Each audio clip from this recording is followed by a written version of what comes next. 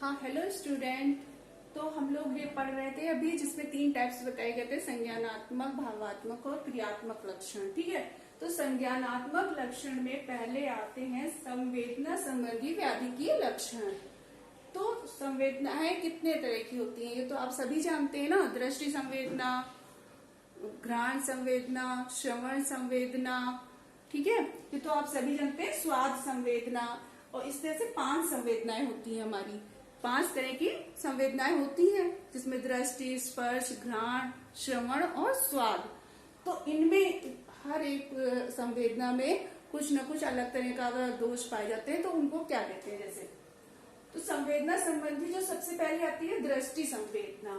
ठीक है, दृष्टि संवेदना में किस तरह से दिखा हो सकता है, पूर्ण अंधता हो सकती है। ठीक है, इस तरह के सिम्टम्स होते हैं, पूर्ण अंधता या अर्ध अंधता। मतलब एक तो पूर्ण अंधता, पूरी तरह से दिखाई ना देना। अर्ध अंधता, दिन में दिखाई देना, रात में ना दिखाई देना, या रात में दिखना, दिन में ना दिखना। ठीक है। अब क्या है, तीसरी आंख के एक भाग की अंधता, एक आंख से दिखाई देना, एक आंख से ना दिखाई देना।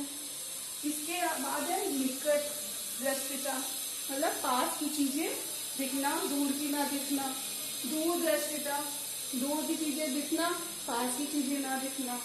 इसके अलावा आती है दृष्टि में रंग अंधता, यानी कि कलर ब्लाइंडनेस, जिसमें कलर की पहचान नहीं होती है, कौन सा कलर है, कलर ब्लाइंडनेस दिखाई देती है।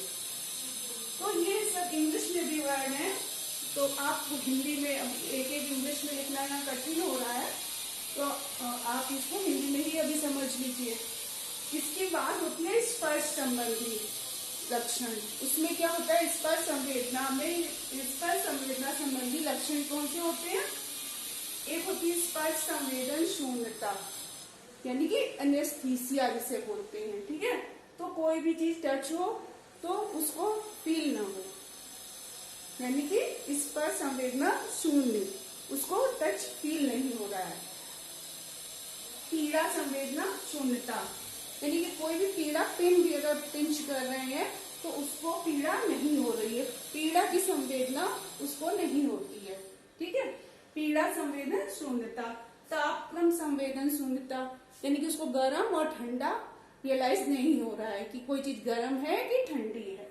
इसके बाद है ठंडता, ठंड संवेदन शून्यता, यानी कि सिर्फ ठंड का एहसास नहीं हो रहा है। तापक्रम में तो दोनों नहीं पता चल रहे, ठंडा और गर्म, लेकिन कुछ में ऐसा होता है सिर्फ ठंड की संवेदन शून्यता होती है, ठंडा नहीं पता चलता है। इसके बाद होती है ताप संवेदन शून्यता, यानी कि गर्म पता नहीं चलता है। ठीक है, उसको गर्म की संवेदन शून्यता होती है, गर्म का पता नहीं चलता। इसके बाद ज्ञान शून्यता, तो ज्ञान क्या, उसको पता ही नहीं चलता है कि कौन सी चीज, ज्ञान का आभास नहीं होता उसको। ठीक है, वो ज्ञान शून्यता हो जाती है, ज्ञान प्राप्त नहीं होता जिसमें। इसके बाद आती है श्रवण संवेदना के लक्षण। श्रवण संवेदना संबंधी लक्षण आते हैं, उसमें कैसे होता है, श्रवण संवेदन शून्यता, यानी कि श्रवण, कोई चीज सुनाई न देना, बहरापन होना है। ठीक है, इसके बाद अल्प श्रवण संवेदन शून्यता, यानी कि कम सुनाई देना। इसके बाद अति श्रवण संवेदन शून्यता, यानी कि ज्यादा सुनाई देना। ठीक है, इसके बाद है अनुपयुक्त श्रवण संवेदन शून्यता, यानी कि कुछ गलत सलत सुनाई देना, कि जो चीजें नहीं भी हो रही है उसको सुनाई कुछ और दे रहा है, बोल कोई कुछ रहा है उसको सुनाई कुछ और दे रहा है।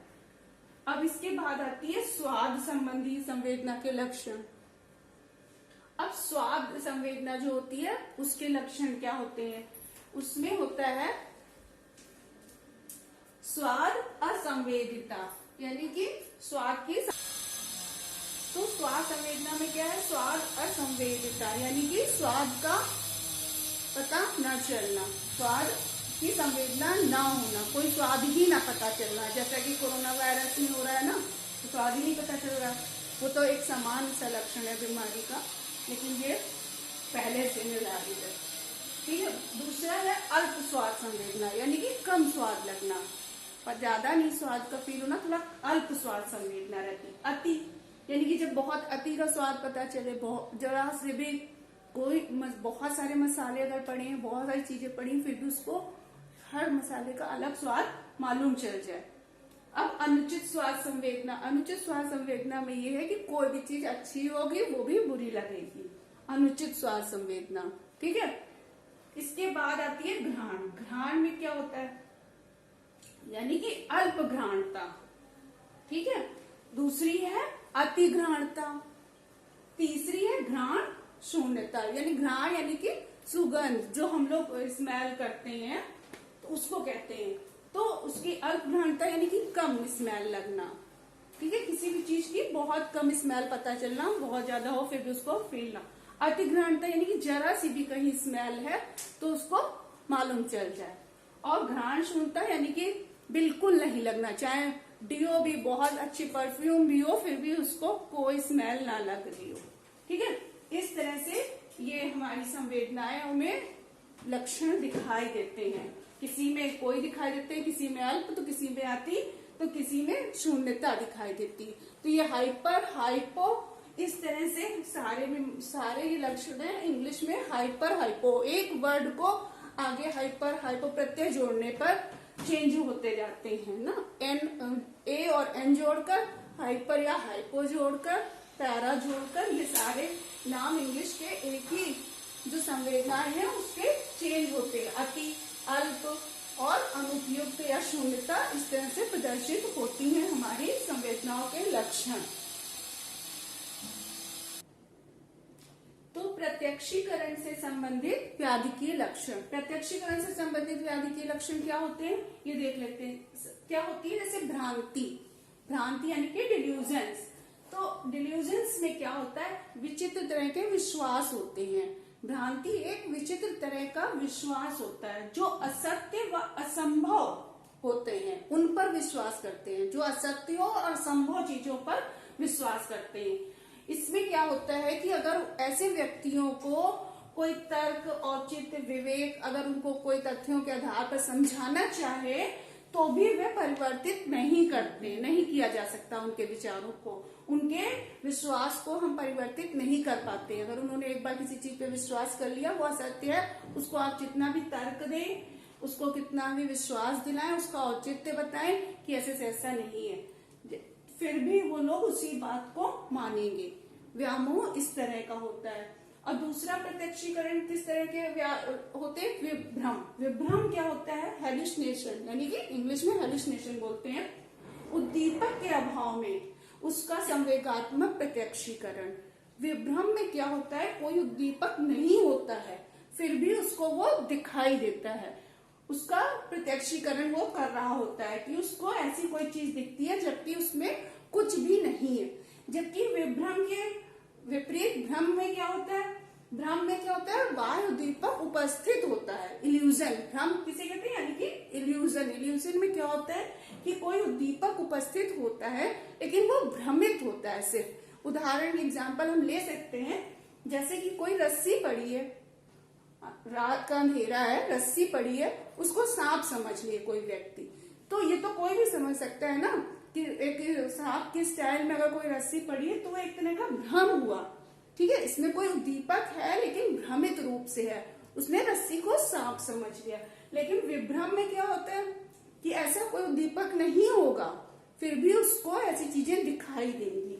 यानी कि इसमें विभ्रम बहुत खतरनाक मतलब तरह से होता है कि जैसे कोई व्यक्ति मरे हुए व्यक्ति को भी प्रत्यक्षीकृत कर लेता है, सोचता है ये मेरे सामने खड़ा है, इस तरह से बताते हैं वो लोग कि हमने उससे बात करी, जो है भी नहीं, इस दुनिया में ही नहीं है, लेकिन वो उससे भी बात कर रहे हैं, बता इस तरह का अपना बताते हैं कि वो अभी आया था, मैंने उससे बात करी। विभ्रम इस तरह के होते हैं। और भ्रम ये होते हैं कि किसी चीज का गलत उसका प्रत्यक्षीकरण कर लेना लेकिन उद्दीपक हो, और विभ्रम में उद्दीपक नहीं की अनुपस्थिति में भी प्रत्यक्षीकरण हो रहा है। और भ्रांति में मतलब ऐसा विश्वास करना चाहे वो उसका संभावना ना हो रही हो। जैसे कि कोई व्यक्ति अगर अपनी वाइफ पे शक करता है मान लो, तो वो अगर उसकी पत्नी कहीं नहीं भी जाती है, घर से बाहर भी नहीं निकलती, फिर भी अगर उसने इस तरह की धारणा बना ली है तो वो इस तर्क को नहीं मानेगा कि वो घर पे रहती है, ऐसा कुछ नहीं है। तो इस तरह के वो भ्रांतियां, व्यामोह होते हैं, ठीक है, डिल्यूजन्स होते हैं।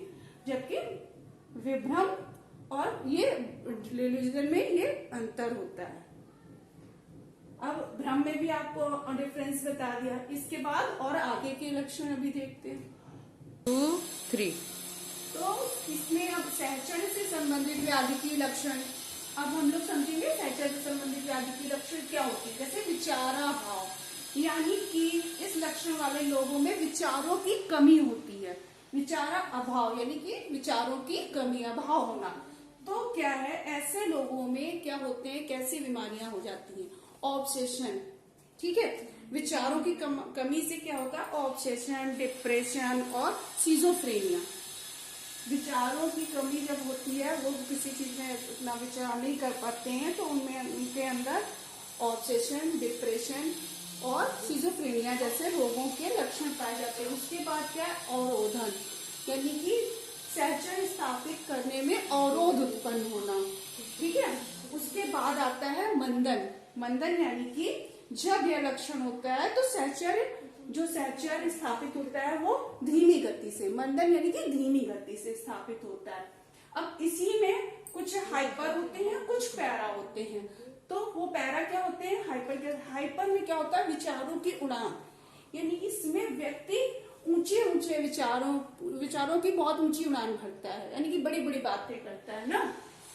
ठीक है, बहुत ऊंची बड़ी बातें करना, ये इसके अंतर्गत आता है, विचारों की उड़ान के अंतर्गत। तो इसमें क्या है कि विचारों में बोलने की गति की अपेक्षा विचारों की, जो बोल रहा होता है, विचार अधिक ऊंचे सोचता है, बोलता कम है, उतने अधिक ऊंचे विचार उसके बोलने में नहीं प्रकट होते हैं जितना वो थिंकिंग कर रहा होता है। विचार तो थिंकिंग मतलब, विचार से मतलब थिंकिंग से ही है ना। तो सोच की जो उड़ान होती है वो बहुत ऊंचे ऊंचे दिमाग में ख्याली पुलाव पकाना, यानी कि ख्याली पुलाव पकाया करता है इस तरह से।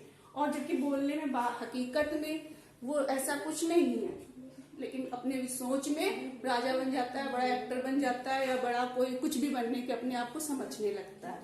इसके बाद शब्द असंगति, यानी कि उसके शब्दों में बहुत असंगति होती है। जो वो बोल रहा होता है और जो वास्तविकता में होता है उससे कोई संबंध नहीं होता है, बहुत असंगत शब्द बोलता है, कोई रिलेटेड नहीं होते।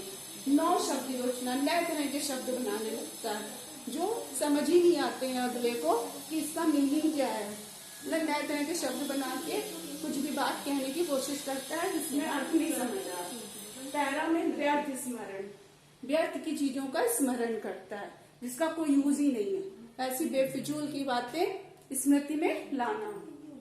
स्थिर विचार, विचारों में स्थिरता आ जाती है, कोई नया विचार नहीं आता है।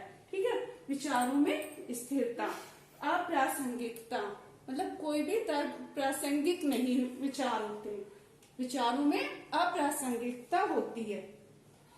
रोगी लंबी कहानी की सहायता से, इसमें क्या होता है, जैसे कोई भी काम, कोई बात बतानी है तो उससे क्या होगा, लंबी स्टोरी बताएगा। एक बात को बताने के लिए बहुत लंबी स्टोरी बताना, यानी कि अप्रासंगिक, कोई इसका तर्क ना हो, उस बात को बताते चले जा रहे हैं। अब इसी में आते हैं स्मृति से संबंधित व्याधि की लक्षण। ठीक है, इसमें नहीं, यानी कि संज्ञानात्मक लक्षण में अगला आता है स्मृति से संबंधित व्याधि की लक्षण। उसमें क्या होती है, नंबर 1 होता है आंगिक स्मृति लोप। आंगिक स्मृति लोप क्या है, शुरू करती है। तो स्मृति लोप दो प्रकार का होता है। दो प्रकार का क्या होता है, आंगिक स्मृति लोप और दूसरा होता है मनोजन्य स्मृति लोप। आंगिक स्मृति लोप में क्या होता है, जब कोई अंग यानी कि मस्तिष्क में आघात के कारण, यानी कि मस्तिष्क में आघात के कारण जब स्मृति लोप होता है तो उसे क्या बोलेंगे, आंगिक स्मृति लोप। और जबकि मनोजन्य स्मृति लोप कौन से होते हैं, जैसे किसी भी परिवार के प्रियजन की मृत्यु या किसी प्रिय के बिछड़ जाने पर जो स्मृति लोप होता है उसे मनोजन्य स्मृति लोप कहते हैं। ठीक है, तो ये स्मृति इस तरह से स्मृति संबंधी व्याधि के लक्षण उत्पन्न हो जाते हैं। उनसे प्रदर्शित होता है आंगिक स्मृति लोप में मस्तिष्क आघात और मनोजन्य में कोई मानसिक कारण होता है जैसे कि प्रियजन की मृत्यु। इसके बाद हम लोग पढ़ेंगे अवधान से संबंधित। ठीक है, अवधान से संबंधित व्याधि के लक्षण। अवधान से संबंधित व्याधि की लक्षण। स्मृति, ये हो गए ना सहचर से संबंधित, स्मृति से संबंधित, अब हो गए अवधान से संबंधित व्याधि की लक्षण। तो इसमें क्या होता है, इसमें एकाग्रहीनता दिखाई देती है, यानी कि ध्यान उसमें किसी चीज में ना रुक पाना, एकाग्रहीनता। इस लक्षण वाला व्यक्ति उद्दीपक, जो कोई भी उद्दीपक होता है उसकी ओर या तो आंशिक ध्यान दे पाता है। इसमें क्या होता है कि किसी भी उद्दीपक की ओर वो या तो आंशिक ध्यान दे पाता है या एक तक बराबर देखता ही रहे, पूर्ण रूप से उसी पर एकाग्र हो जाए। दो तरह से होते हैं, या तो आंशिक ध्यान देगा या फिर पूरा टकटकी लगा के ही उसको जैसे देखते रहना। इस तरह का अवधान ध्यान संबंधी लक्षण इसमें दिखाई देते हैं। और इसमें हाइपर के अंदर क्या है, एक लक्षण अति एकाग्रता भी होती है। इसमें हाइपर में एक होता है अति एकाग्रता, वही अभी जैसे बताया ना, एक टकटकी लगा के बराबर देखते ही रहना। तो इस तरह के लक्षण भी अवधान में दिखाई देते हैं। तो ये है अवधान संबंधी लक्षण हमारे होते हैं इस तरह से। तो इसमें क्या होता है, पैरा फंक्शन में क्या होता है, जिसमें रोगी वातावरण के उद्दीपकों का प्रत्यक्षीकरण त्रुटिपूर्ण ढंग से भी करता है। इसमें जो उद्दीपक अगर प्रस्तुत होते हैं तो उनका या तो वो अल्प देता है या बराबर देते ही रहता है, अति देता है, अति अवधान, या होता है कि वातावरण उद्दीपक जो प्रस्तुत है उसका त्रुटिपूर्ण, कुछ अलग ही उसको समझकर दिख रही है कोई चीज और समझ रहा है कुछ और, तो उसका अवधान त्रुटिपूर्ण होता है। इस तरह से ये भी तीन तरह से डिवाइड हो गए हैं।